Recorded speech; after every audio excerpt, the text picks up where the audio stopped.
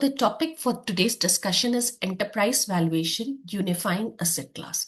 So now, as a valuer, we are not supposed to be only expert in our domain.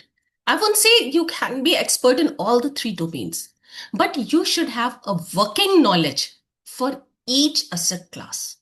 Reason being, the recent IBBI paper that has been launched. If you will see and we will analyze it deeply, and then automatically we will understand that yes, now the time has changed. We have to expand our horizon and we have to understand that we are valuers, not a plant and machinery valuer, not a land and building valuer, and not a financial valuer, right? And before we go to that discussion about what IBBI has said, first we will understand the basic concept of enterprise value, what enterprise value is all about, right? So whenever we use the word enterprise value, it is a method to measure a company's total value by considering both its equity and debt, offering a more comprehensive view than just a market capitalization. This is a broad definition that has been given in financial terms, that when we say market capitalization, that means if it is a company which is listed in the stock exchange, what is the share price? And we multiply it by the number of equity shares that are floating in the market. And that is the market capitalization. And when we consider debt along with that, that means the loan, etc., that is on the company, and we reduce cash, then what we get is enterprise value. This is a generalized formula.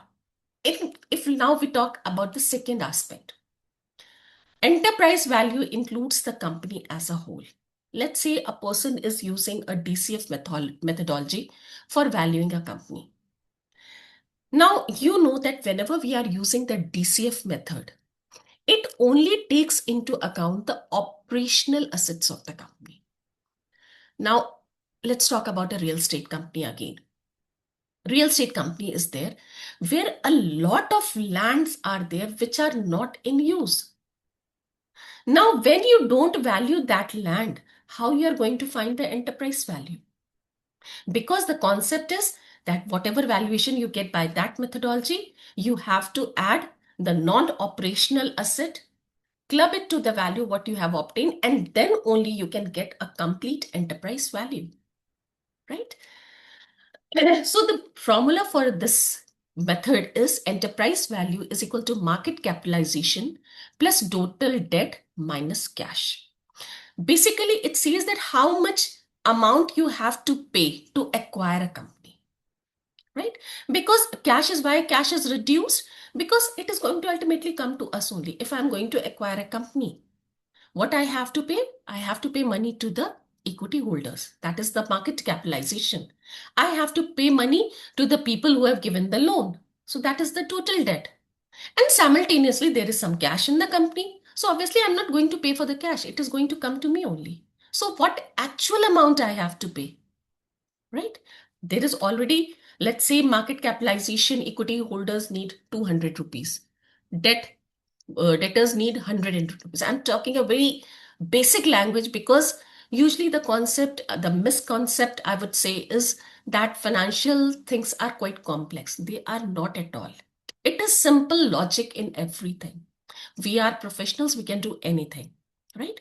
So equity holders have 100 rupees demand, 200 rupees, let's say.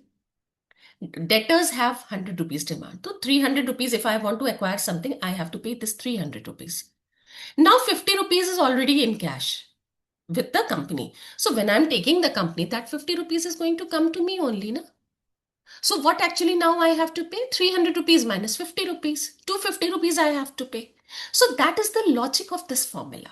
Enterprise value is equal to market capitalization plus total debt minus cash. So this gives an overview that what you have to pay to acquire a company, right?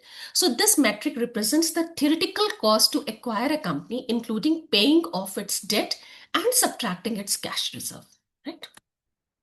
Now, the three broad terms that are used: market capitalization, total debt, and cash equivalents. This is the market capitalization, total value of company's outstanding share. Right? Now we know the capital of the company is divided in small parts. So value of one part is 100 rupees, value of 1000 part would be 100 into 1000, right? 1 lakh rupees. So that is the market capitalization of the company. Debt is whatever loans, etc., has been taken by the company. Because when we want to acquire it, we cannot say that okay, we are not going to pay the loan now. You have to pay the loan if you want to acquire a company, right? So market capitalization, then total debts, and cash equivalent means cash means hard cash, which is either in the form of cash or bank in the bank account, and cash equivalent means something which can be readily converted into cash, right? So these are the three terms that has been used in this previous formula. Enterprise value is equal to market capitalization plus total debt minus cash. This is a very simple logic, simple understanding of an enterprise value. What you have to pay to acquire a company. That is what enterprise value is. And this is the logic, right? Now, importance of enterprise value, right? Why I'm giving you this background is that when we will go to the IBBI discussion paper, we should have a clarity that what now IBBI is expecting us to do as the registered valuer, right? So that is the reason only I'm taking this part. Some part I'll take it here, then we will discuss the paper, then again we will come back to enterprise value. Understanding what are the skills required, what are the qualifications required, right? So importance of enterprise value, it is more comprehensive measure than the market capitalization. Very simple. When we are talking about the market capitalization, we are just talking about the equity holders. We are not talking about anyone. But obviously, there are other category of holders, stakeholders are there, right? So market capitalization is simply the market value of company's equity, which is calculated by multiplying the number of outstanding shares by the current share price. So whatever, if my shares are being traded at 90 rupees, I'm sure most of you must be dealing in market, this stock market, right? So this is not a rocket science that it is very tough to understand. So if shares are being traded at 90 rupees and 1000 shares are there in the company, so simply just by multiplying, you get the market capitalization. But now, let's say that a company has a lot of debt, lot of loan are there, right? Then how you are going to value that company? So market, when we talk about the enterprise value, it gives a more realistic picture of the company, which is consideration of the equity plus the debt. Compares different companies and businesses. When you have the enterprise value, which is the whole soul reflection of the value of a company, it enables you to make comparison between different companies and businesses. So business personnel and analysts can use enterprise value to compare the value of different companies, even if they have diverse capital structure. Because now you're not limiting yourself on the capital. You are considering the company as a whole, the capital plus the debt. It works because enterprise value accounts for all a company's asset and liabilities, while market capitalization only considers equity. That is what I'm saying. When you are talking about the enterprise value, you're talking about the company as a whole, its entire asset, entire liability.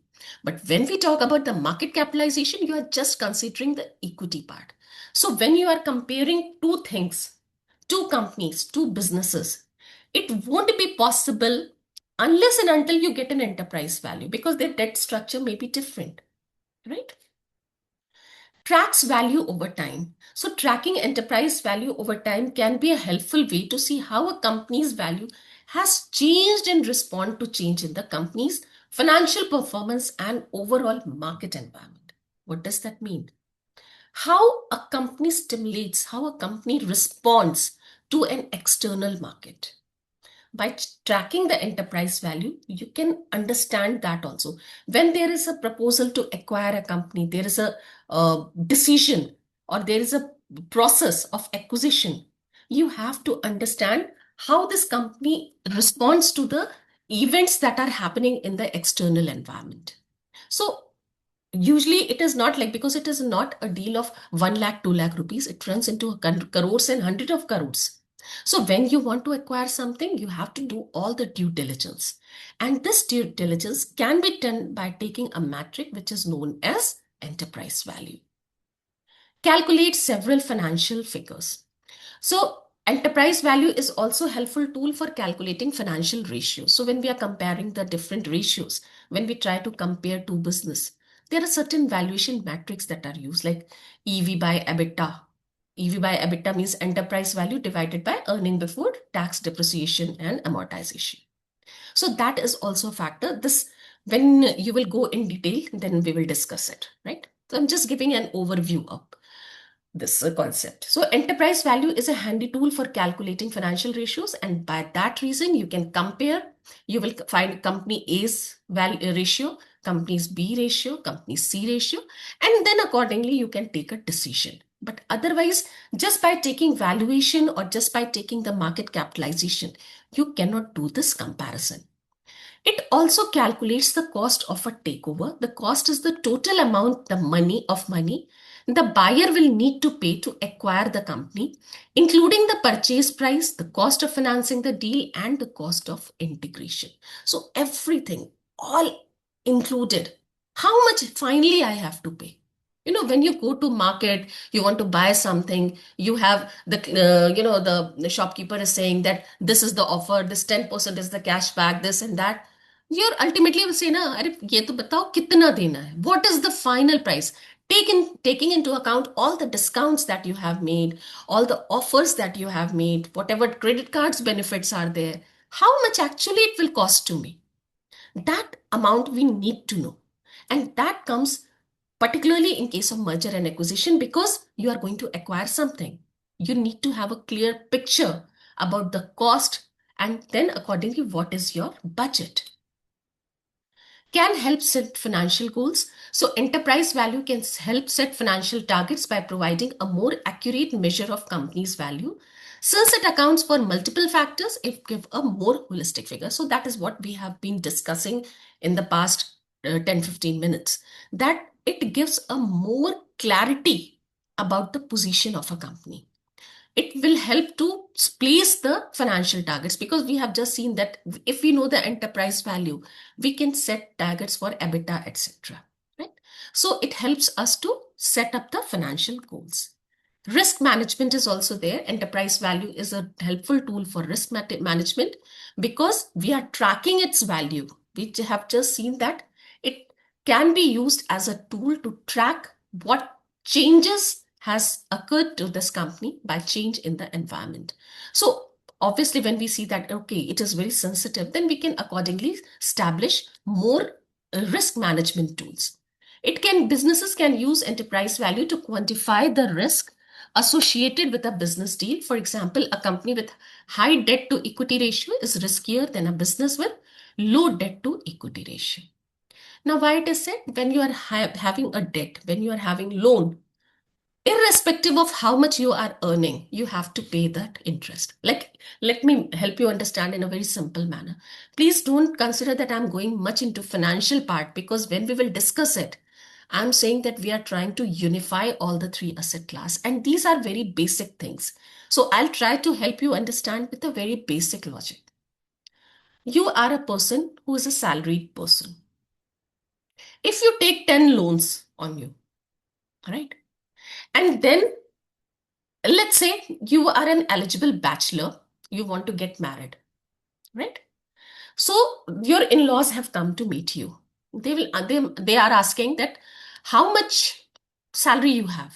So you say that, okay, I have, say, I earn 1 lakh per annum after all the deductions, right?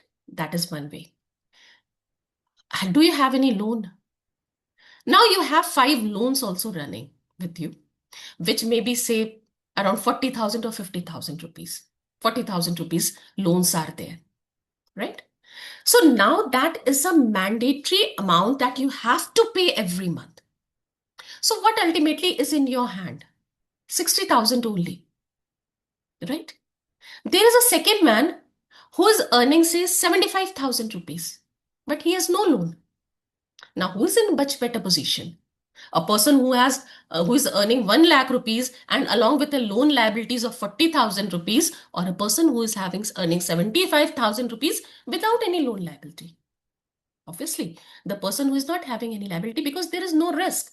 If the first person somehow loses his job, all those loan giving persons, they will stand on his head. But in case the 75% somehow loses the job, he has no fixed liability. घर में आटा दाल रोटी खा के रह जाएगा. He has no fixed burden to pay. So obviously, as a parent of a daughter, what I'll think, where my daughter will be safe? With a person who has no liability. वहां पर risk कम है. Same is the concept here. A company with a high debt to equity ratio is riskier than a business with a low debt to equity ratio. Your debt is less, so it is less risky. And that is the logic we apply when we are doing all this financial plannings. Aids in strategic decision making. I'm sorry for my vague examples, but it is necessary to help you understand what actually I want to convey, right? So, aids in strategic decision making. Measuring enterprise value can help the decision making for your company. You can help business allocate their capital. How much money you want to invest in different parts, how much money you are going to utilize in different units. That decision also is taken by taking the concept of enterprise value. So this was an overview about the enterprise value. Now let's come to the discussion paper that has been issued by IBBI on valuation, dated 14th November 2025. This has been a recent one. They have invited comments from the public and the stakeholders. It is still open. If you want, you can go on the site, submit your uh, thought process that how you consider this paper. And for that, we will have a discussion. Then I'll help you understand that why I have given this so much gyan on enterprise value, right? Once we complete it, then again we will come to enterprise value, because by the time we will conclude with this discussion paper, you will be in position to accept that yes, if I want to be an enterprise valuer, I should know finance also, I should know nitty-gritties of land and building also, I should know plant and machinery also, right? So starting with the discussion paper. Before I go through the discussion paper, I'll just quickly take up one decision, right? Because in between, I'll be considering the IBBI judgments also, that why the need for this discussion paper came up, right? So this was IBBI decision that was given on 17th May 2023. Disciplinary Committee Proceedings 16th, number 16 of 2023. Now in this, a show cause notice was issued to a valuer, right? And it said that there appears to be no convergence between methodology indicated in the report and the final valuation figures estimated therein. What methodology I have said in my report that I am doing this, I have done this valuation by adopting this method. What my final figures are, there is no synchronization in that, no convergence between that. There has been hardly any effort by the RV to connect the methodology indicated with the final figures derived. This show cause notice further alleges that points that are conceptually important in the entire exercise, such as base value, rate of depreciation due to wear and tear, rate at which obsolescence factor is accounted for, etc., are missing in the calculation or the estimation part. These are very basic requirements which should be there in the report, which was missing, right? This gives the impression that the figures estimated by RV are more arbitrary in nature instead of being based on the factors indicated by him in the report. So what the authority and what the regulator concluded, that whatever figures you have given, you have not justified those figures. You have done valuation, it's fine. You have given a report, fine. But we are not able to understand that how this figure will come out from the facts that you have given, because very less facts you have mentioned, right? So the authority said the decision, I'm not going to the entire case, just it is an overview before we start the discussion paper. The RV has placed on record the calculation sheet utilized by him in preparing the valuation report. The calculation sheet provided by RV contains the detail of asset and assumption made by him in calculating the discounting factors for depreciation, refurbishment, cost, etc. Although the calculation has been disintegrated into different items showing discounting for each factor, the basis for arriving at such discounting values is not clarified.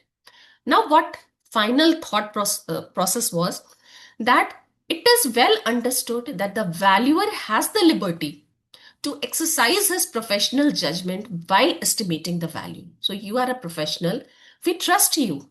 You have this liberty to arrive at a value. However, the assumptions with respect to the discounting factor must rest on some logical basis, which should be recorded in the valuation report for consideration of its stakeholders. But when we are issuing the report, it is to be used by three type of people: client, user, and intended user. If they are not able to understand what you have done, then what is the logic of that report? It is of no use. It is just a waste piece of paper for them because they are not able to understand that, right? So the observation in this case was that the valuation report is based on professional opinion of the valuer, backed by his expertise and skill. Therefore, a valuation report is inherently remains subjective in nature. Reliability of valuation report increases with enhanced reliance on the objective criteria. Therefore, it is necessary that all the relevant information considered by the valuer during the conduct of valuation is disclosed in the valuation report itself. What does that mean is that they are under they have concluded this, that the information that is being furnished by us as a valuer is inadequate, incomplete, and has no synchronization with what we have said and what we have actually reported, right? And that is the reason why this proposal number 1 has been introduced. This is just one decision I have given. Number of decisions are there where authority has said again and again that there is inadequate supply of information by the valuer in his report. That means the report is not presented in a proper manner. Lot of information is missing from the report. So now the proposal number 1 in this context is standardization of the format of valuation report and documentation requirements for undertaking valuation assignment under the code. So this is the first proposal that they have laid, that now there should be a format in which the valuation report will be given under IBC. That means now they will prescribe certain necessary disclosures in the report, right? So that is the first proposal. So now the problem with the valuation report format, the current one, reports are prepared in diverse formats. Now what the authority has observed in the past time, that whatever the reports are being prepared, it is prepared in diverse formats. They have no uniformity, right? Lacking adequate detail on methodologies, assumption, and data sources. What I just showed you in that particular order. And as I told you, there are a number of orders there where same observation has been noted. Lacking adequate detail on methodologies, assumption, and data sources. You are not disclosing what are the methodologies that you are using, what are the assumptions you have considered, and what are the sources of data.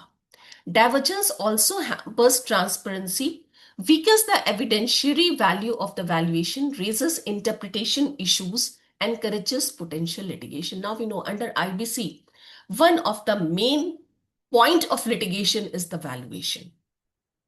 So simple. If you want to challenge a resolution plan, approval of a resolution plan, challenge the valuation.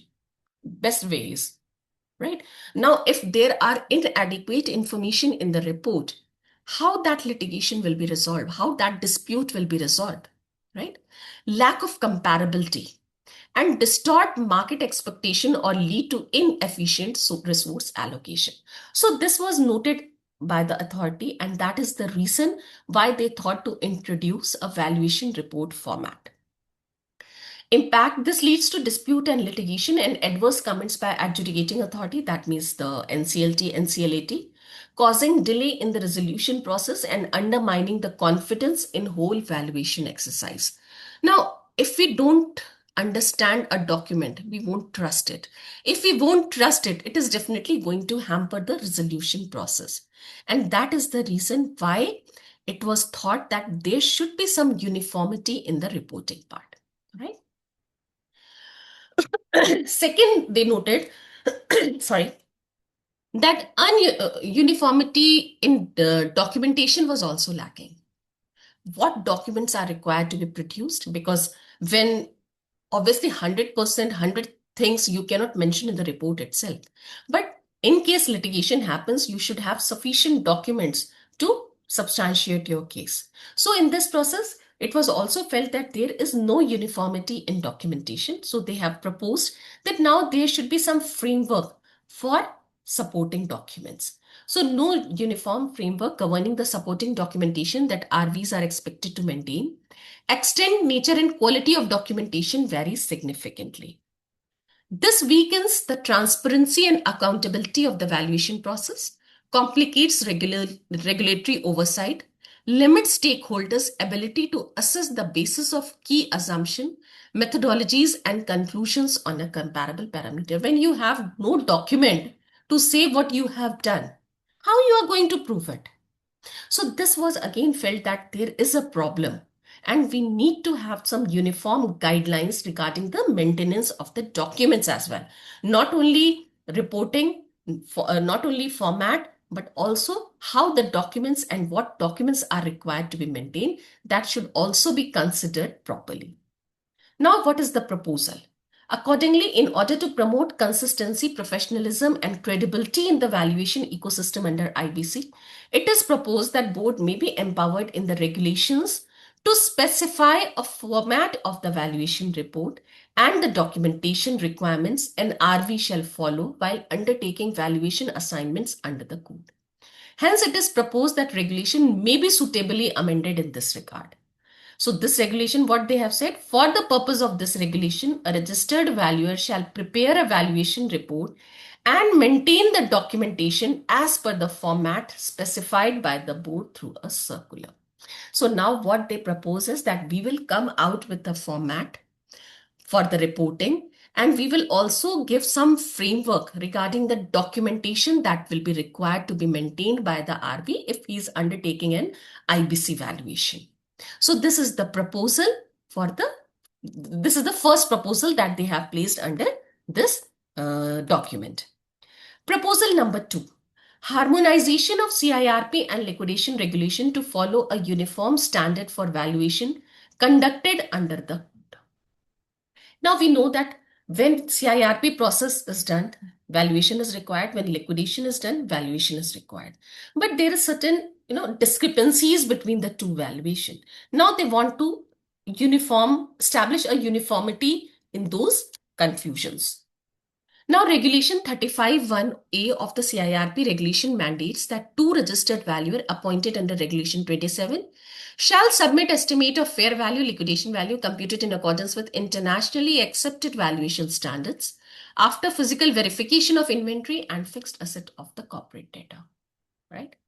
Now, the liquidation regulation says that RV is appointed by the liquidator to independently submit estimate of realizable value of asset or business computed in accordance with company's registered valuers and valuation rules after physical verification. So here you are saying internationally accepted valuation standards. Here you are saying that in accordance with company's registered valuers rule, there is a difference between the two. So definitely there is going to be, if you are following different standards, there will be difference in value. So this is the problem they have again noticed, that there is a discrepancy in the valuation requirements that has been mentioned under the two regulations. Proposal. Further, Rule 8 of the Registered Valuer rules provide that RV shall while conducting a valuation comply with valuation standards as notified or modified under Rule number 18, provided that until the valuation standards are notified or modified, a valuer shall make valuation as per internationally accepted valuation standards or valuation standards adopted by any registered valuer organization. This is what rule number 8 says, that either you can go by internationally accepted valuation standards or valuation standard adopted by any registered valuer organization. So the impact is the dual approach, the problem that is in the roots, wherein RV are required to follow internationally accepted valuation standards during CIRP process while relying on the company's registered valuers rule during the liquidation process, has led to adoption of different methodology and consequential interpretation and stakeholder expectation across the different stages of insolvency process. So this is the impact that they have realized, that there is difference in approach leading to difference in values, and you don't have a comparable benchmark, right? So the proposal now they have placed is to replace the words internationally accepted valuation standards with the words valuation standards as specified by the board in. Now, in what are the regulations that they are saying to amend? CIRP regulation, personal guarantee to corporate debtor regulation, PPIRP regulation. To replace the word companies registered values rule 2017 with the words valuation standard as notified by the board. Now, what does that mean? That means now the board is coming out with a valuation standard. Now, that is for sure because they are replacing everything. They are streamlining the valuation requirement. That means now they are coming up, they are ready with their standards, and they are going to share with the stakeholders the valuation standards very soon, right? So that is the next proposal they have made. Now, third proposal, why we study the enterprise value discussion. Improving the definition of fair value to bring holistic value of the corporate data. Now, this is the third proposal they have placed.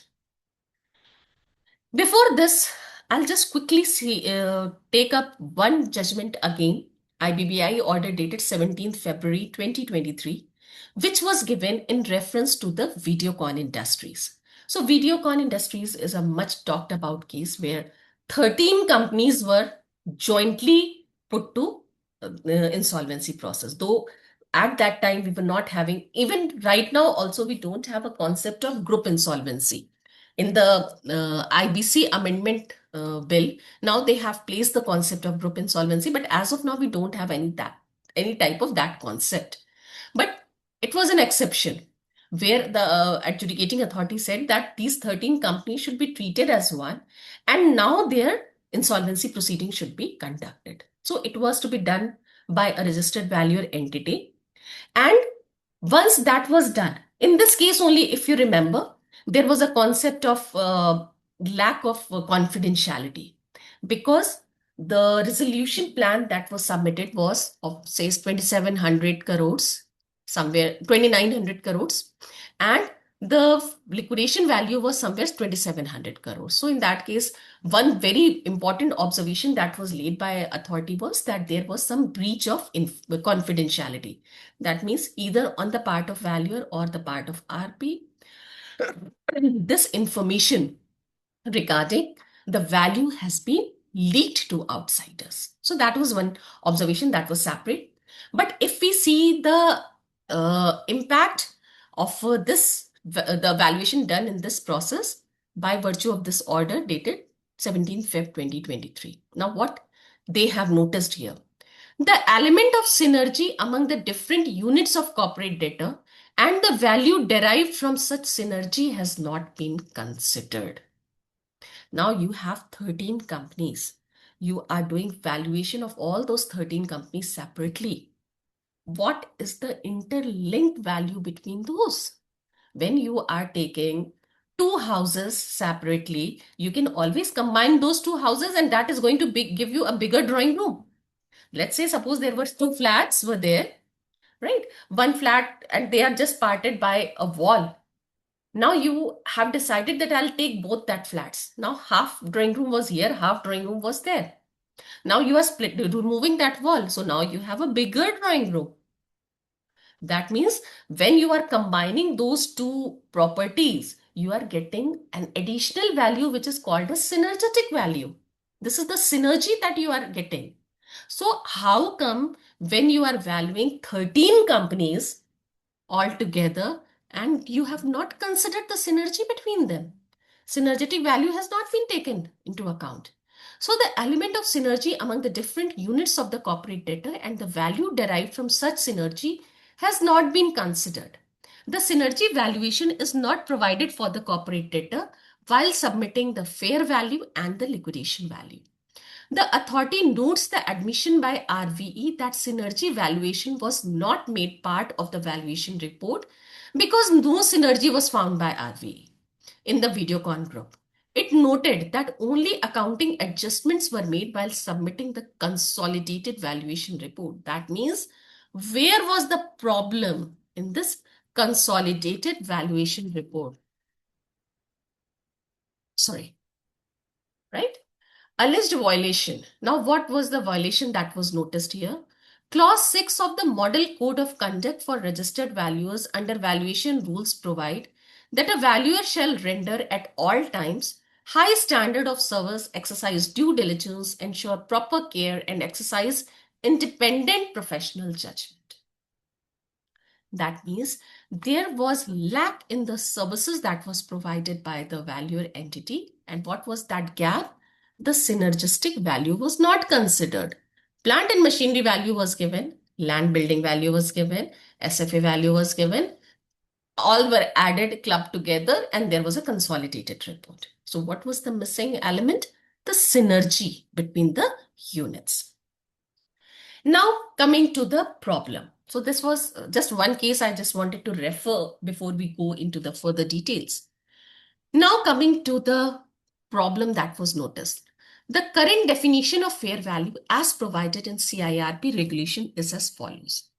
Fair value means the estimated realizable value of the assets of the corporate debtor if they were to be exchanged on the insolvency commencement date between a willing buyer and a willing seller in an arm's length transaction after proper marketing and where the parties had acted knowledgeably, prudently, and without compulsion. So this is what the current value, current definition that has been assigned to the term fair value, right? This definition focuses on the estimated realizable value of corporate debtor as if they were to be exchanged individually in an arm's length transaction. So, for example, in my drawing room, I have a sofa. If I will sell the sofa, what value I'll get? If I'll sell the table, what value I'll get? If I have an idol, if I sell it, what I'll get? But what is the consolidated value? You are just discussing the individual part. When they all are clubbed together, what value it is going to fetch? That is not reflected in the fair value definition that has been given under the CIRP regulations, right? However, this approach has been observed to have significant limitations. RVs often provide asset class specific estimates, sorry, which means a comprehensive, unified valuation of the CD as a whole is often missing. Each valuer, we know two valuers are being appointed from each asset class. To land building, to plant machinery, to SFA. Two land building valuers have given a value, average of the same has been taken as the value of land and building. Two plant machinery valuers have given a value, average of the same is taken as the value of plant and machinery. Two SFA valuers have done the valuation, average of the same is given the SFA value. But what about the linking element? That is missing. That means if you are reducing something, you are not considering some part of the value. You are actually undervaluing the corporate debtor, right? So it says that RV often provide asset class specific estimate, which means a comprehensive unified valuation of the CD as a whole is often missing. This can lead to underassessment of the intangible assets like brand value, intellectual property, customer relationship, goodwill, etc., as well as the overall value of the business as a going concern. So what we see in this case, that overall value, the consolidated value is not appearing in the valuation, consolidated valuation report, because it is just A plus B plus C. But how the adding of A plus B plus C is giving also some part of D. That D element is missing, which is the synergy, right? So now they have considered that this fragmented approach can lead to underassessment of the corporate debtor's true commercial wealth, distort evaluation of resolution plans, reduce creditor recoveries, and discourage credible resolution applicants, thereby diluting the underlying objective of value maximization as envisaged under the code. It also causes wide gap between the resolution value of the corporate debtor vis-a-vis the fair value or the liquidation value of the corporate debtor, which often raises concerns among the stakeholder. Now, most of the cases you must have seen that as soon as the resolution plan is approved, obviously resolution plan is approved on the basis of the valuation that has been done by the valuer. Most of the time, the promoters say that our company has been undervalued. This is not the actual value. It is much more than that. Because this element, what we have just discussed, synergy, goodwill, customer relationship, that all is missing. None of three classes are considering that. Right? It also makes it difficult to benchmark resolution plan against what a rational buyer would objectively assess and pay for the business as a whole. Sorry, I'm having cold, so I'm really sorry for that. Right? So this was the impact. This is the rather impact of the fair value assessment that is done under the IBC matters. So now what the proposal has been made. To address these issues, it has become necessary to move from an asset-specific valuation to a holistic valuation of the corporate debtor that better reflects the true commercial worth and economic value of the corporate debtor. Accordingly, it is proposed to revise the definition of fair value to explicitly include intangible asset such as brand, intellectual property, customer relationship, know-how, goodwill, etc., which are increasingly central to the enterprise value across many sectors to better reflect the value of corporate debtor as a whole rather than as a sum of individual assets. So now what they are proposing is that instead of the definition what has been assigned to fair value, now we should switch over to enterprise value, which is reflecting everything, including the tangible asset as well as the intangible assets, right? It is considered necessary to shift the focus towards the synergistic value, that is the additional value created when the corporate debtors asset function together as an integrated business. At the same time, the core principles of fair market transaction vis-a-vis arm's length dealing, proper marketing and participation of involved and willing parties are proposed to preserve to ensure that the valuation process remains transparent, objective, and credible. So now what they are proposing is to switch over from the fair value to the enterprise value. Now, imagine when we are talking about the enterprise value, there is intangible elements, goodwill, etc. All are there. And it is a real estate company. As an SFA valuer, I'm zero about it. Right? So now what will be the focus is that the focus will be on the industry specific skills that you have. So if you are an enterprise valuer, so you must be having some command over certain specific type of industries whose valuation, whose enterprise valuation can only be done by that particular expertise, means particular valuer who's having expertise in that field, right? This approach is intended to improve the quality and relevance of valuation under the CIRP, support better resolution outcomes, and align Indian valuation practice more closely with the global standards. So the proposed draft that is now, which is being considered to be shared with the amended in the regulation is fair value means the estimated realizable value of the corporate debtor or the assets of corporate debtor as the case may be if they were to be exchanged on the insolvency commencement date between a willing buyer, willing seller, arm's length transaction after proper marketing where the parties had acted knowledgeably and without compulsion, and simultaneously they are including an explanation.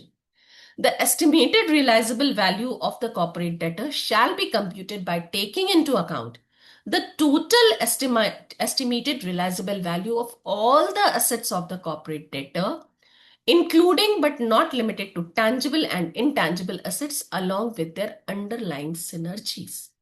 So if you are an asset specific valuer, it is only you who can understand the synergies, who can understand the intangible ingredient. Because I always say that intangible assets are like a ghost. You cannot see them, you can feel them. And it is very tough to describe something which you cannot see. And it can be done only by the person who is having experience of that. Let's take again some vague example. Tantrics or babas are there who actually say that weed can talk to ghost. So it is only they who can feel their presence. I'm, I'm right now, I'm not talking about what is true, what is wrong. I'm just giving an example to help you understand. As a layman, we cannot see or feel that. But those persons who are having that expertise, they can understand that, okay, there is a ghost in here. Same as with intangible assets. Intangible assets, we cannot see, we cannot feel, we cannot touch, but they are there. And it can be realized, it can be assessed by only the person who's having expertise in that field. So, with the definition of revision of the definition of fair value, now the wider scope of valuation has emerged. Right now, you have to identify the fair value as a whole and not in pieces and parcels. Right. Proposal 4, appointment of single registered valuer for small sized corporate debtors. So this is a debated point. From the angle of valuer, they're not very happy, but from the angle of department, they want to introduce us to curtail the cost element. So we'll have a quick understanding of what they say. Now the problem, what they suggest is regulation number 27 of the CIRP regulation required that a resolution professional shall within 7 days of his appointment, but not later than 47th day from the insolvency commencement date, appoint two registered valuers to determine the fair value and the liquidation value of the corporate debtor in accordance with regulation number 35. Further, if the two estimates of a value in an asset class are significantly different, or on receipt of proposal to appoint a third valuer from the committee of creditor, the resolution professional may appoint a third valuer for an asset class for submitting an estimate of the value. So this procedure you all are aware. So quickly we will understand and have a quick recap of this. Regulation number 27 talks about the appointment of valuer. Regulation number 35 talks about the method of doing the valuation. Regulation 27 says that a resolution professional shall within 7 days of his appointment. That means when the resolution professional is appointed in the first COC meeting, within 7 days of that, but not later than 47th day from the insolvency commencement date, appoint two registered valuer from each asset class. So two will be from land building, two from plant and machinery, and two from SFA. In case the two estimates that are given are very much different, significantly different, which has been defined as 25% or more, or in case the committee of creditor, they say that we want a fresh valuation to be done, we want a third valuation to be done. In that case, a third valuer will be appointed, and the two nearest value, average of the same, shall be considered as the fair value or the liquidation value. So this is what the current regulation says. Now what they say is the cost of appointment of such valuers form part of the insolvency resolution process cost. Now we know that certain costs are to be paid in priority to any other cost under the IBC proceeding. So fees of the valuer, any professionals that has been assigned, or the resolution professional, they are all covered under the insolvency resolution process cost. Now, what is the impact of this? The process cost associated with CIRP of CD having small asset size may be relatively high owing to their small setup. Any measure to reduce to the CIRP cost and delay in the process will certainly be helpful in the resolution of those CDs that are small in size. Now, many a times they have seen under IBC that there are companies which are not working at all. There are no asset, no liabilities, no one is there in the company. In such cases, if you have to appoint two valuers from each asset class, 6 valuers you are appointing, then you are giving the fees to them. So it is actually not viable in case of companies which are very small and which have not that much capacity to bear that cost structure, right? So, and further, it also causes delay in the process. So provision of two valuation estimate results into scaling up of CIRP cost and may also contribute to delay in the process. Regulation 26 of the IBBI fast track resolution process also provides for appointment of one RV for applicable class of the CD. So when we talk about the fast track insolvency resolution process, there only one valuer is to be appointed. So considering the same, now they have made up their mind to make certain changes just to ensure that the resolution process cost is reduced so as to enable the third party, because The person who is coming to acquire the company, he has to bear that cost. So if that cost is reduced, maybe more people will be interested in taking over the company. So that is the sole purpose of reducing this. So the proposal is that in view of the above, it is proposed that an RP shall appoint only one registered valuer for each asset class of the city for providing the estimates of the fair value and the liquidation value for companies below a certain threshold. So instead of two valuers, now they're saying one valuer only for each asset class. Accordingly, in order to determine the threshold, the following criteria are being proposed. Option 1. In the CIRP of corporate debtors, where the annual turnover of the corporate debtor is less than or equal to rupees 500 crores as per later audited financial statements, or option 2, in respect of corporate debtors classified as micro, small or medium enterprise under subsection 1 of section 7 of the MSME Act. So either of the two criteria may be considered, or maybe both may be considered, to ensure to how you can reduce the cost of the CIRP process. Any questions till this part, this what where we have discussed? Is there any question in this process till now? Anyone wants to say anything? Else I'll move further. Sorry. Okay. So I think there is no question as of now. We will then consider the same once we go to the once we complete the session. We will sufficiently give time for discussions. Sorry. Right.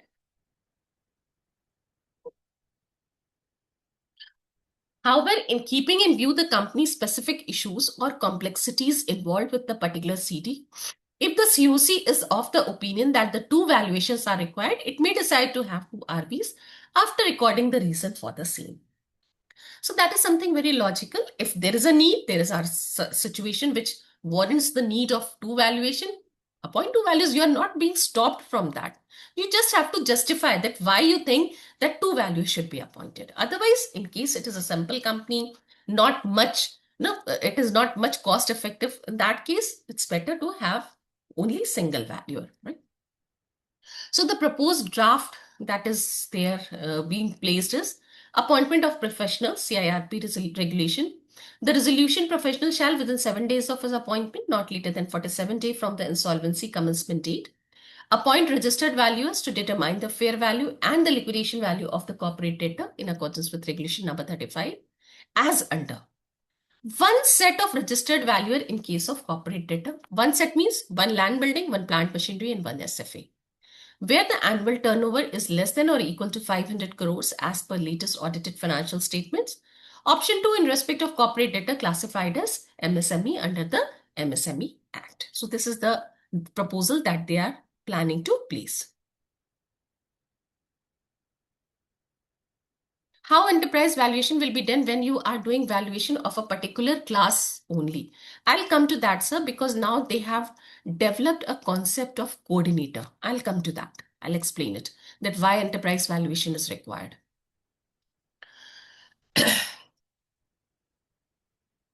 Provided that the committee may decide with reasons to be recorded in writing to appoint two set of registered valuers, two set of registered valuer in cases other than those covered under clause A above. Right. So in case the COC thinks that no, we need to appoint two valuers, they are free to do that.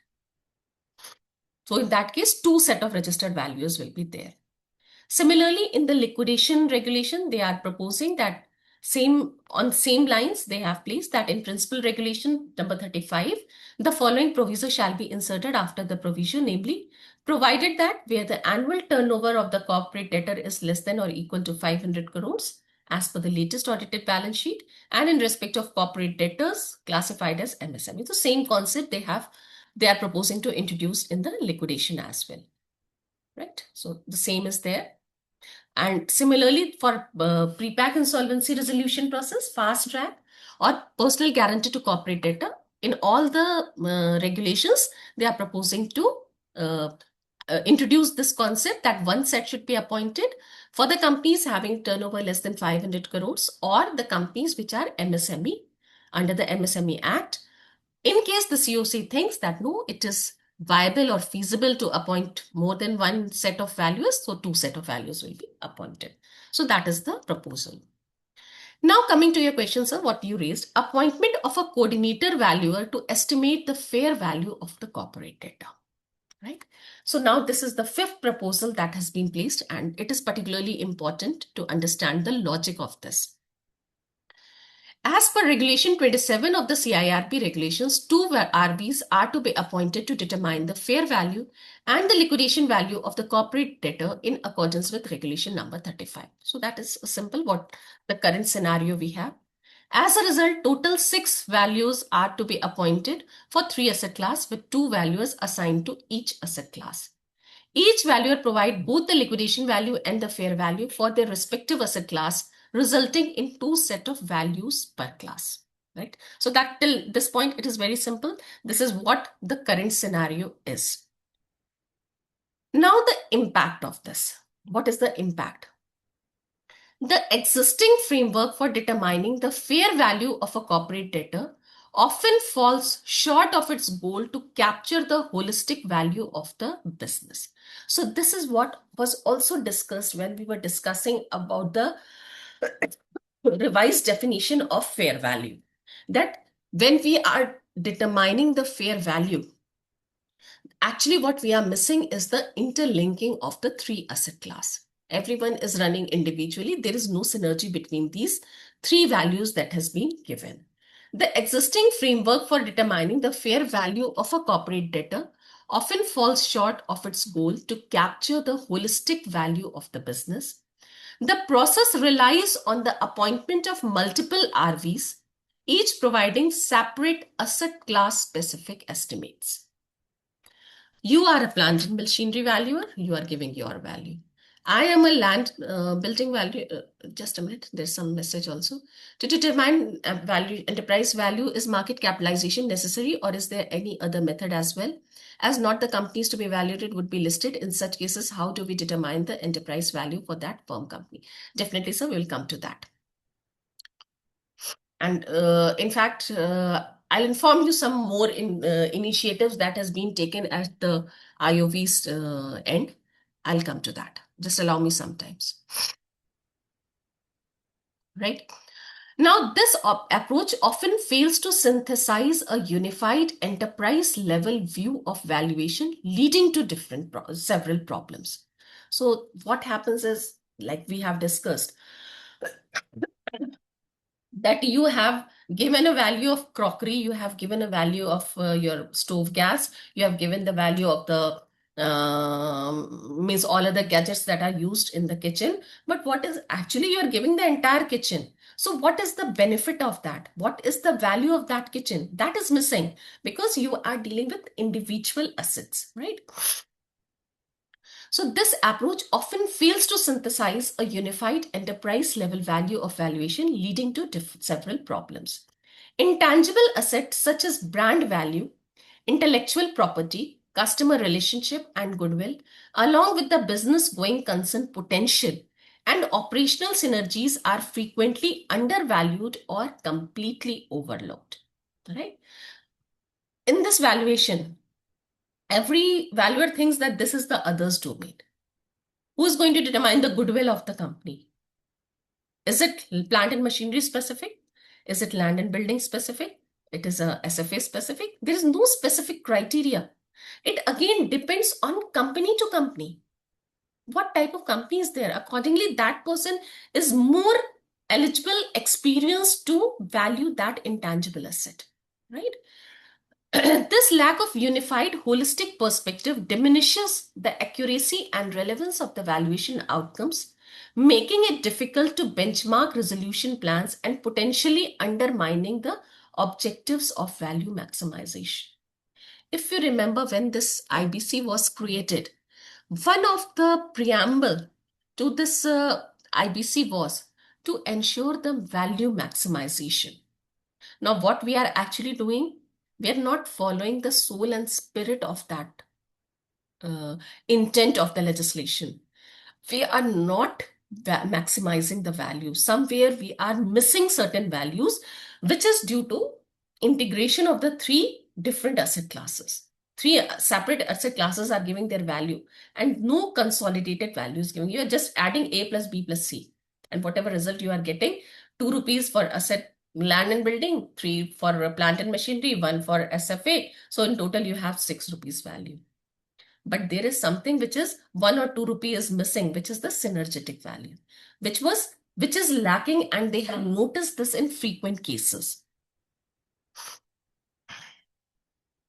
To address this deficiency, it is proposed that for the set of RVs being appointed under regulation number 27, each set should comprise of one RV for each asset class of the corporate debtor. Within each set, one RV should be designated as the coordinator value by the RP in consultation with COC. Now, this is the reason why now we need to have knowledge of all the three asset classes. Coordinator valuer. So Mr. A is there, he's a land and building valuer. Mr. B is there, who is a plant and machinery valuer, and Mr. C is there, who is a SFA valuer. You have given, this is one set of the valuer. Now these three have given the value. Now one of these three valuers, it can be a land and building valuer, it can be plant and machinery valuer, it can be SFA valuer. One of these three valuers will be given the task to act as a coordinator valuer, who will be responsible to find this synergistic value and the intangible elements that are missing in the individual valuation. This coordinator will be appointed by the resolution professional in consultation with COC. Now let us discuss what are the challenges here and what we need to understand. Initially, when I started this discussion, a very heading itself says unifying asset classes. Now let's say that there is a real estate company or a company which is having huge real estate properties, which is performing the most important part of its asset, right? In that case, out of the plant and machinery valuer, SFA valuer, and the real estate valuer, who will be in better position to find the synergistic value in that company? Obviously, the land and building valuer. Similarly, if there's a company which is in the manufacture of machines, automobiles company, where most of the things are based in the form of plant and machinery, the inventories are there, raw materials are there, everything is there in the form of some or the other spare parts of plant and machineries. You have to find the synergistic value. You have to find the intangible asset underlying. Who will be in position to do that valuation? The plant and machinery valuer. Similarly, SFA valuer has their own class. Where things are in balanced mode, there may be SFA may be in position to do a valuation. Right? Now, why I'm saying that you need to know the three asset classes. Now, let's say that this is a real estate company. You are a land and building valuer, and you have been assigned this task of acting as a coordinator valuer. So obviously, the other two valuation reports you have to take. You have your own valuation. You have knowledge of what you have done, right? You have taken the valuation report of the other two values. That means the plant and machinery value and the SFA value. So friends, if we are not able to understand what they have done, how will you act as a coordinator value, or how you are going to consolidate the three values if you are not able to even read and understand that valuation? I hope you are getting my point. We are not required to be expert in plant and machinery. I'm not saying that you are a land and building valuer, so you should be expert in plant and machinery. No, not required, but working knowledge is required. Why? Let me quote the company's registered valuers and valuation rules. Rule number 8, which says that in case you have been assigned a task, you are permitted to take inputs from other valuers. But whose will be the ultimate responsibility? The person who is giving the main value, who has undertaken that assignment. This is what rule number 8 says, and I am dead sure This will be introduced here as well.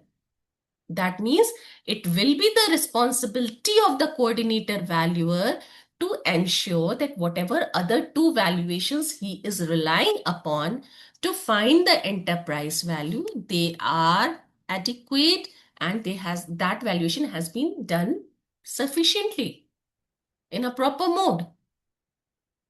So I have plant and machinery. See, I can always take a plea that I'm not expert in that. But I cannot say that I don't have any knowledge in that. So whatever he has given, I have used it. Whenever litigation happens, you will be required to justify, dear, that at least what due diligence I have done. What were my queries? What responses I got? So unless and until you are aware that how a plant and machinery valuer works, how an SFA valuer works, what are the basic things in the plant and machinery valuation, what are the basic things in an SFA valuation, you won't be able to act as a coordinator. I hope you are getting my point. And same as with the other two classes.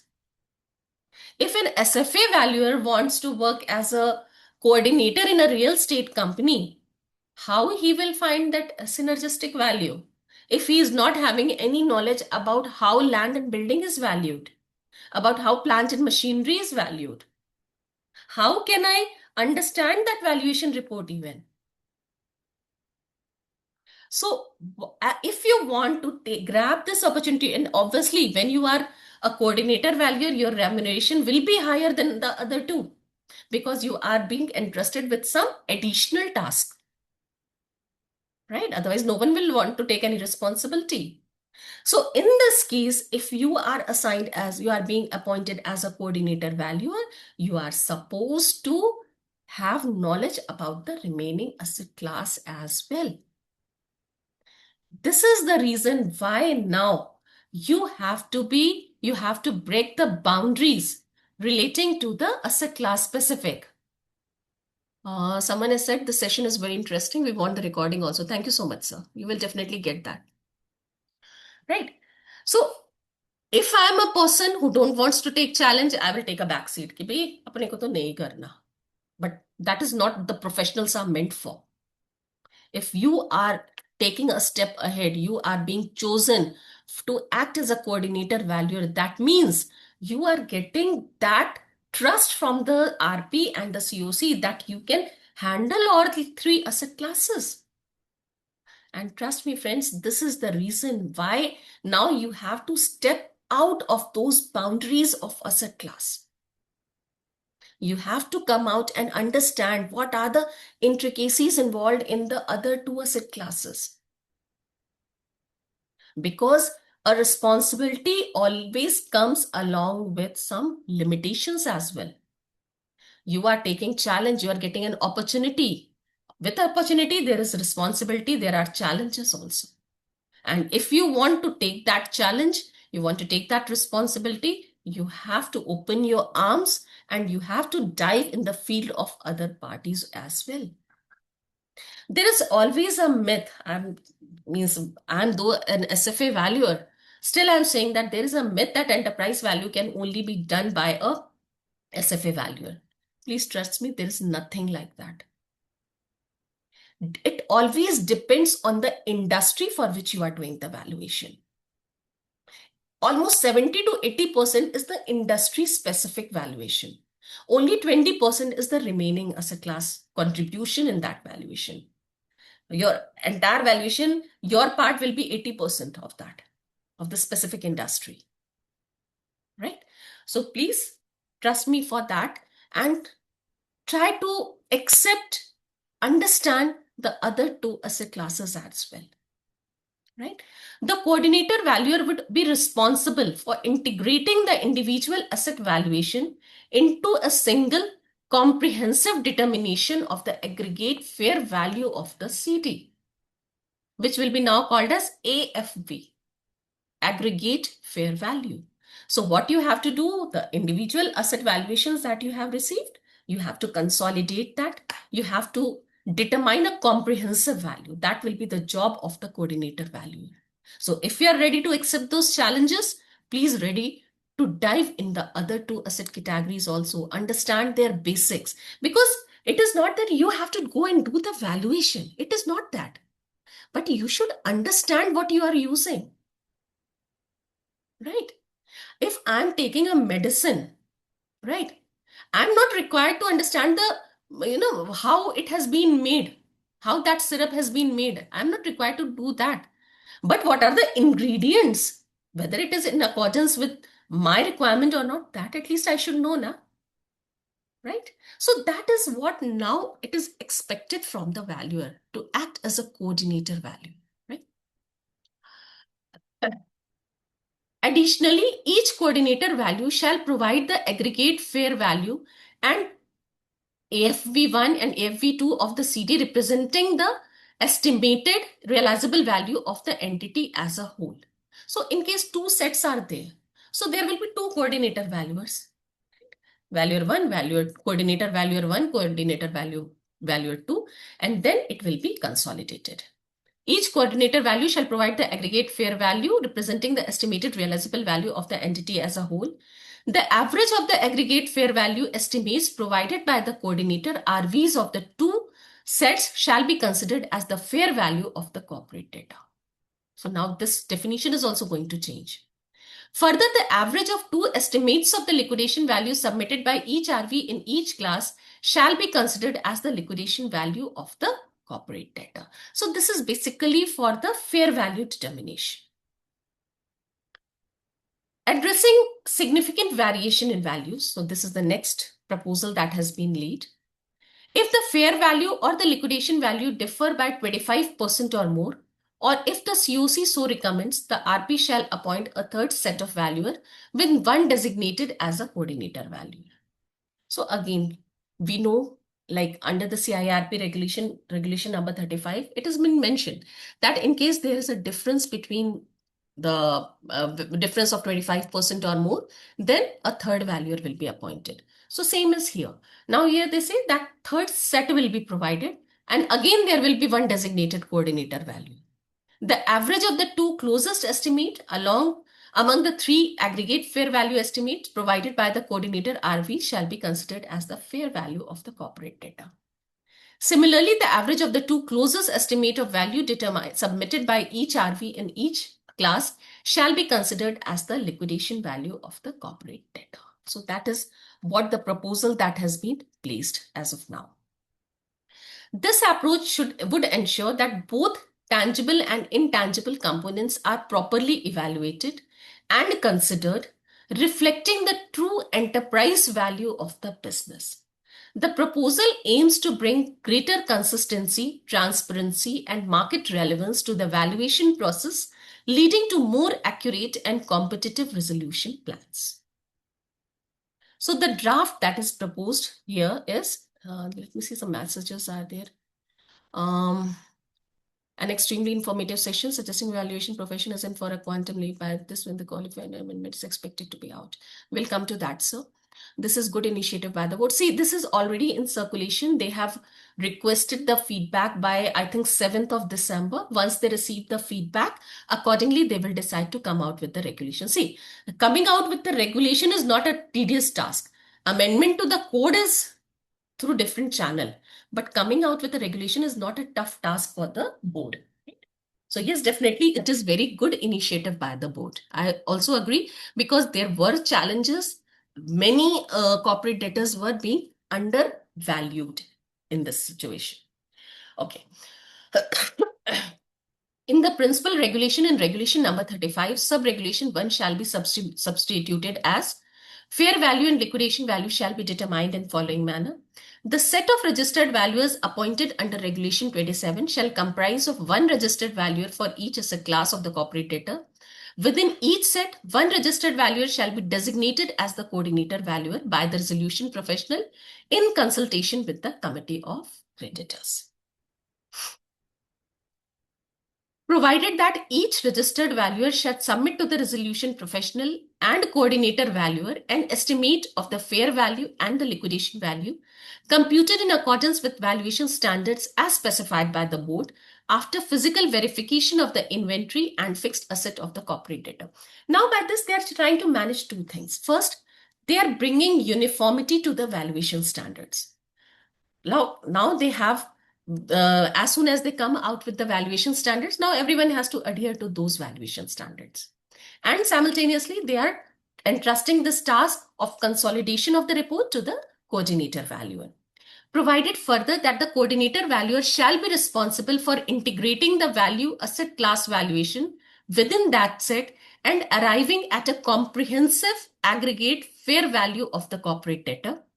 Provided also that the resolution professional shall facilitate a meeting wherein registered valuer, including coordinator valuer, shall explain the methodology being adopted to arrive at valuation to the members of the COC before computation of the estimates. So similarly, like currently we have this requirement that before finalizing of the value, you have to means a meeting will be arranged between the valuers and the COC, and accordingly, in case they have any questions, you are supposed to respond to that as a valuer. If the two estimates of fair value or liquidation value are significantly different, or on receipt of proposal to appoint third set of registered values from the COC, the resolution professional may appoint a third set of registered valuer for submitting an estimate of the fair value or the liquidation value computed in the manner provided in clause A. Significantly difference means a difference of 25% in aggregate fair value estimates provided by the coordinator RVs or the liquidation value of the corporate debtor, the average of the two closest average fair value estimates provided by the coordinator valuer shall be considered as the fair value of the corporate debtor. So now I think this clarity is with all of us that there will be a coordinator valuer. Those coordinator valuer will be responsible for consolidating the values.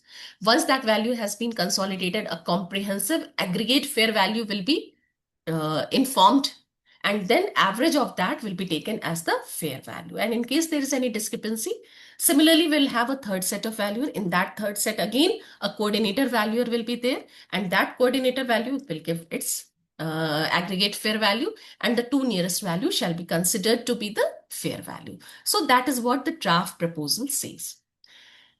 Any questions till this point? So again, now in light of this, we will again discuss certain enterprise value. Sir, is this draft only for IBC, or such changes will be brought for other type of valuation? As of now, it is for IBC only, right? Because we are talking about the amendments that are proposed to be incorporated in CIRP regulations and liquidation regulations. So as of now, it is only for the IBC purpose. Now let's come back to the enterprise value, revisiting enterprise value. After all discussions, now I think we all have our minds open that now we should not be a class restricted valuers.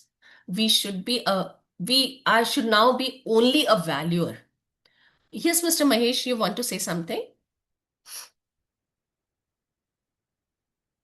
Mr. Mahesh, you want to say something, sir? If the third valuer gives more than 25%, what is text?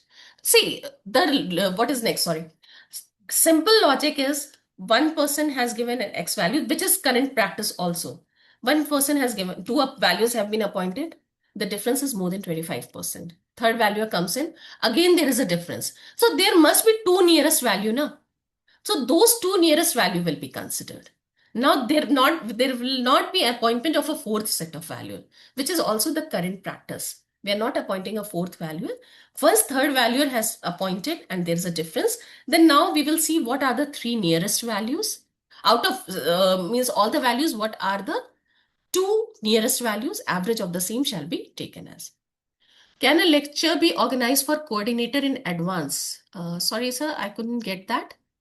Lecture be organized for a coordinator. Like, sir, I'm coming to that point. We are planning to, at IOV, there is a plan to introduce an enterprise value course that will help you to understand all the three asset class and how you have to consolidate that. So you can consider it as a lecture. I won't say it as a lecture because in a lecture it cannot be completed. You have to understand the intricacies involved in all the three asset classes. And then when you are consolidating the same, you are preparing a comprehensive report. then what are the things that you have to consider, right? So there will be obviously we are coming out with proper course material on that. Requirement for a good coordinator. Yes, actually, we are now going to discuss the same. So, revisiting enterprise value, skills required to do enterprise valuation. So, when we are talking about the enterprise value, right now I'm not talking about the coordinator because I'm sure that you have got an understanding that when we are acting as a coordinator, we are going to do the enterprise valuation only, because now we are not leaving any gaps. So you should have some basic knowledge of financial modeling. So building models, like in land and building, you are already doing the DCF. Here also you are going to do the DCF, right? So financial modeling should be there. Understanding of financial modeling, Microsoft Excel proficiency, accounting fundamentals should be basic knowledge of accounting fundamentals, valuation methodologies, and data analysis. You should, most important thing is analysis of data and valuation methodologies, because if you see the valuation methodologies throughout all the three asset class, we have three approaches only. There is an income approach, there is an market approach, there is an asset approach. Methodologies are also very much similar. So it is not much difference. Just you have to get the clarity, the understanding of the basics. Because again, as I'm saying, you are not required to do that valuation. You have to understand that valuation when you are using in making a comprehensive valuation report. So what inputs you are taking, what cross questioning you have, that understanding you should have. So if you know the Excel, whatever Excel sheet has been mentioned, so you can at least vaguely ask, B, this is some confusion, how you have done this, right? You need to give me an explanation for that. So that is the requirement. Soft skills, so analytical thinking, definitely required, because this consolidation of two different asset classes would require you to give a deep thinking on the challenges, loopholes, and all the pros and cons, rather, I would say, in the other two asset classes. Problem solving attitude, then ability to work through complex valuation problems and apply knowledge to different scenarios and industries. Attention to detailing, ensuring accuracy is critical, as even small errors can have a large impact on the final valuation. And then last but not the least, communication, the ability to clearly explain complex finding, because when you are consolidating the reports, obviously you have to develop a report, you are consolidating the valuation, so there will be a comprehensive report as well. How you are going to communicate that report, that is also an important aspect. So foundational knowledge, basic business understanding, how different business operate and the factors that drive their value, and the risk analysis, the skill to identify and quantify the risk. Intangibles. Now, intangibles form a very important aspect of enterprise valuation. And as we discussed, when you are acting as a coordinator valuer, intangibles will be a what you call as key element, which most of the asset class would have missed. You may have to require, if you think that, okay, the type of intangible assets we are having, that is to be done by plant and machinery valuer. There may be scenarios intangibles can be anywhere. So you have to make them understand that, see, this is missing. Whether you have considered this or not, this is your domain. Or in case you think that, no, it has to be done by you, then accordingly you have to act. So knowledge of intangible, it is very important. Intangible assets are crucial for enterprise valuation because they represent a company's non-physical asset, such as brand, reputation, patent, customer relationship, which often drive a significant portion of its value. In an enterprise valuation, these assets must be assessed to get an accurate picture of the company's true worth. So you cannot, like we have seen that the definition that they are proposing to amend, it clearly says tangible and intangible. So now the knowledge of intangible asset valuation is also very, very important for you if you want to enter into this field. So if we quickly conclude the things, now the valuation will not remain asset class specific or restrictive. You have to have knowledge of all the three asset classes. you can be a master of only one class, or you are intelligent enough to get a mastery on all the three asset classes. That completely your say. But at least you should have a working knowledge of the remaining two asset classes. The concept of coordinator as proposed by IBBI requires knowledge of all the three asset class. IBBI nowhere has mentioned that who will be the coordinator. They have never mentioned that who will be coordinator. It will be decided by RP in discussion with the COC. It can be any asset class valuer who demonstrate true strong knowledge in all the three asset classes.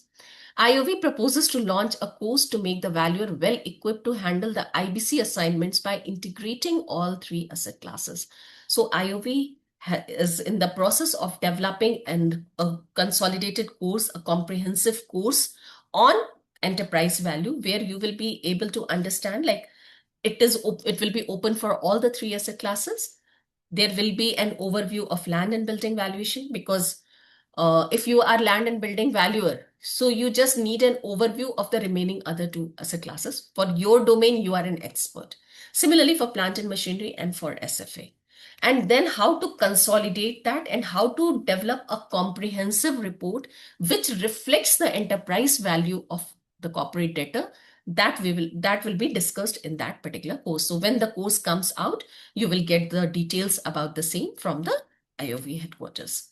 The course proposed to include financial analysis, economic analysis, financial modeling, valuation aspect of all the three asset classes, intangible asset valuation, litigation valuation, etc. So we will be presenting all these contents in that course, because when you are talking about the litigation valuation, it is very important. You are acting as a coordinator value, or even if you are otherwise a valuer, at any point of time, you can be under trouble and you have to go for appear before the court of law. So you must know how to handle the litigation part. Intangible asset valuation will be discussed in detail, and the three asset classes, then consolidation of the same. So that will be a proper structured course that IOV is proposed to come out with, right? So with this, we end our first part, which was of the enterprise value. In case you have any questions, you want to have any discussions, then we can take it. And otherwise, apart from that, I just wanted to discuss two IBBI recent judgments, because as a valuer, we cannot make all the faults by ourselves. We have to learn from the lessons others have received, right? So quickly, I'll take two or three judgments. In case you have anything for discussion, you want to ask anything, you can ask it, and then we will discuss the IBBI judgments. Anything, any questions further? Yes, so definitely the presentation will be shared. I'll be sharing it with the IOV, and from there it will be distributed to you.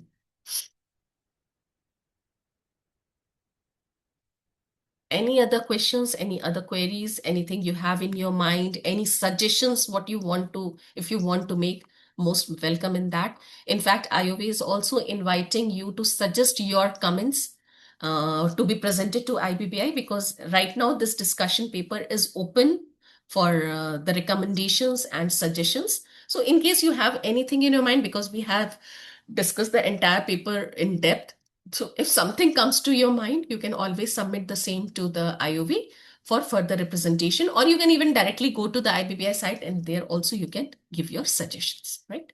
So I think as of now, we don't have any questions further. So we will quickly see two IBBI judgments which have recently come out.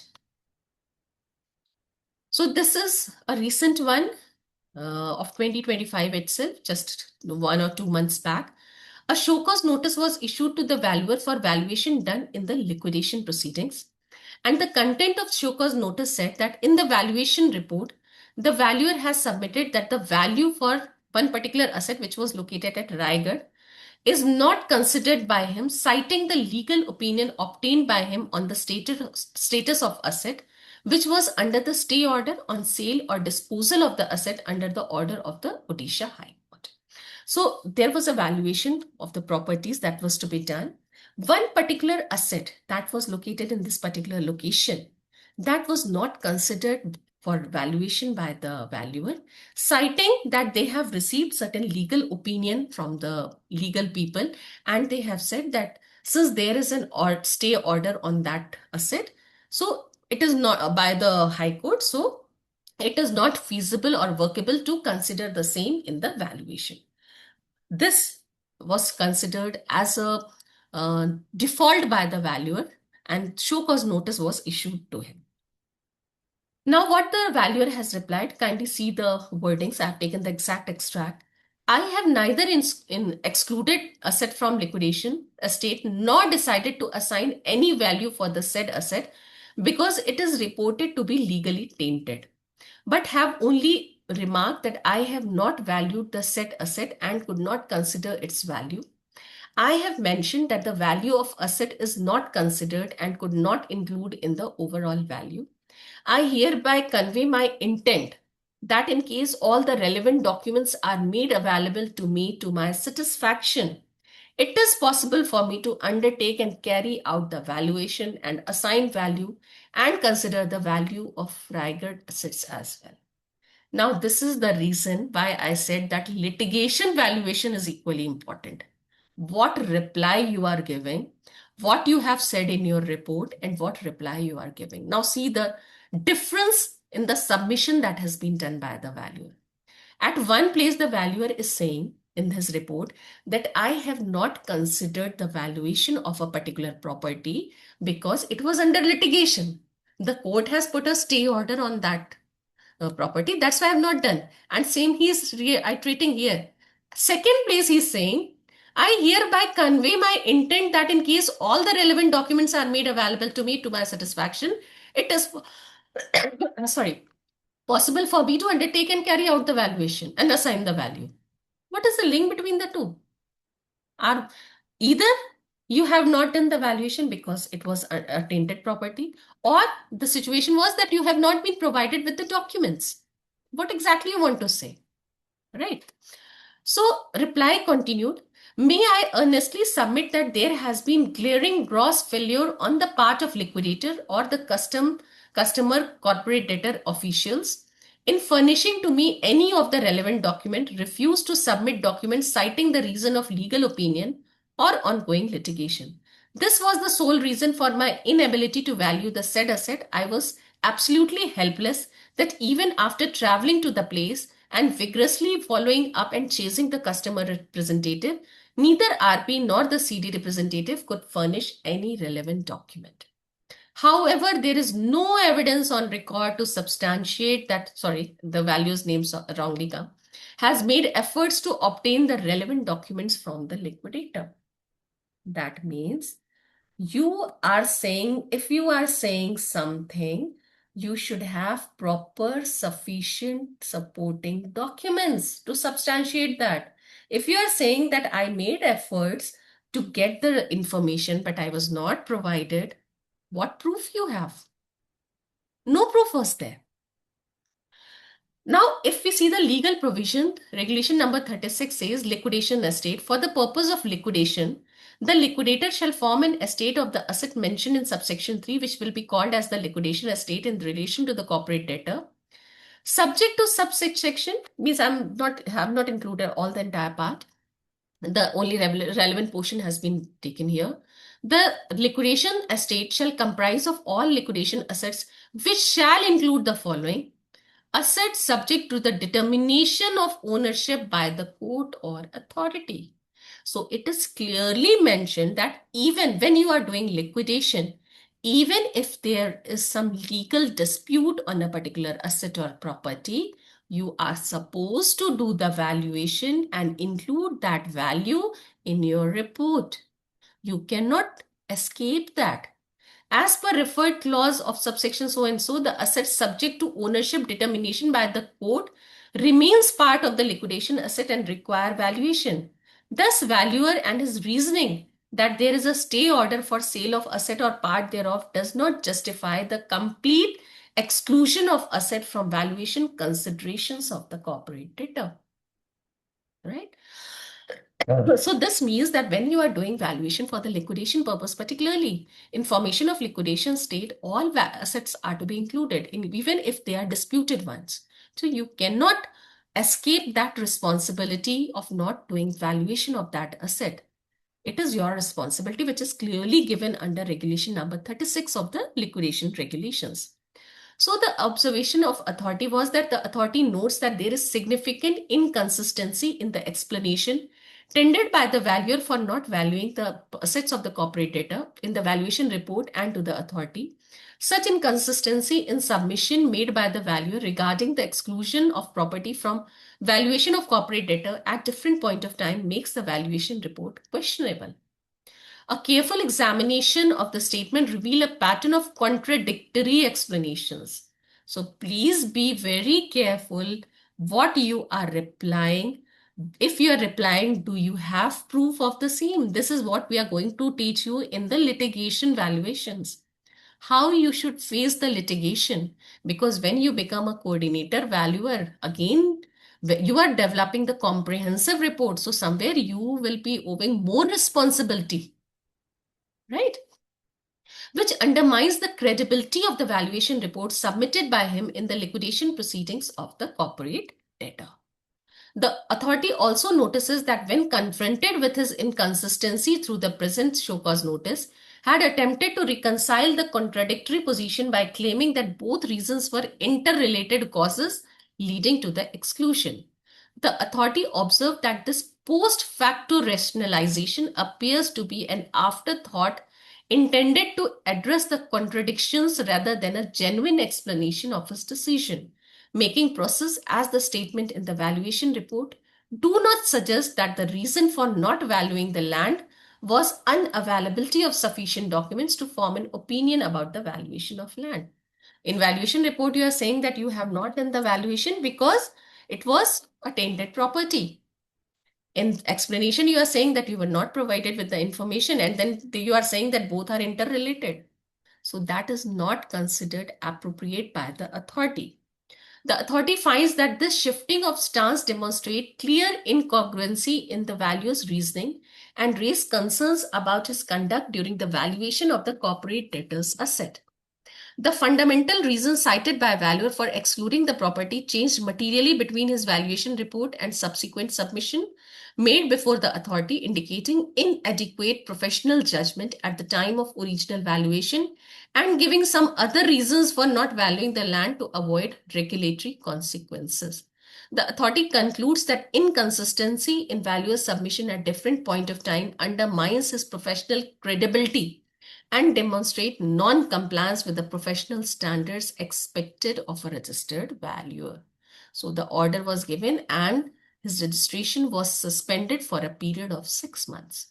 So what I want to convey through this is that when you are doing a valuation, now they are coming out with the documentation requirement also. This is the reason, because you're not having any sufficient documents to substantiate what you are saying.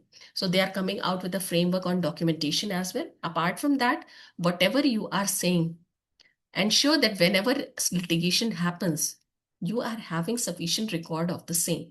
And there should not be inconsistency in what you are replying, right? So think like a lawyer, how it will be taken up by the other party or by the authority, that you have to consider.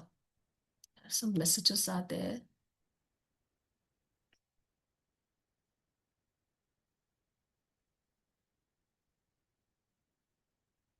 I'm coming to your question, sir, Mr. Sachin and Mr. Srinivas. I'm just quickly completing this, and 5-10 minutes we will have discussion only.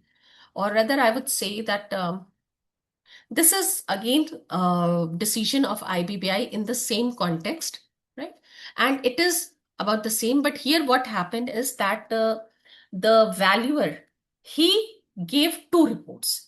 In the first report, he mentioned that the fair market value of all immovable assets of XXX property, as per the list of properties given by resolution professional, is X amount, where he considered that same Raigad property issue was there, and they have considered the value, right?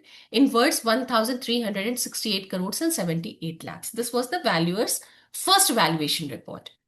On perusal of the material available on record, it also noticed that valuer has assigned land value of 244.44 crores during CIRP and reduced the same to 141.73 crores during liquidation process.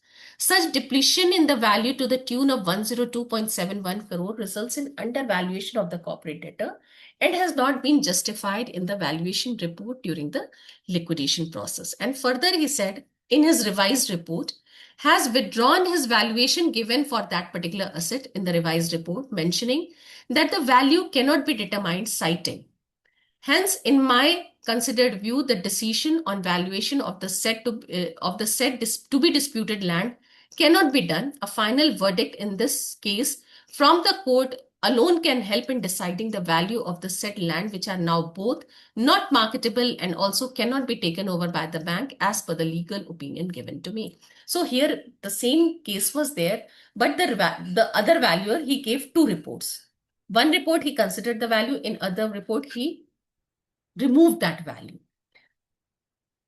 Kindly appreciate, sir, that this is an act of IRP Mr. X, who had clearly decided to exclude these assets of Raigad, Odisha, and I have never excluded this.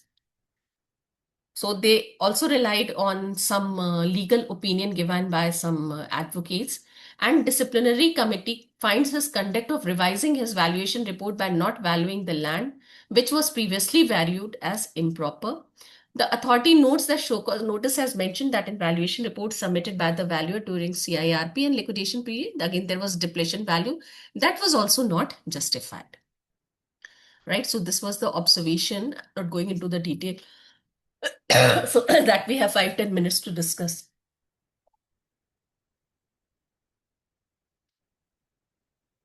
Right.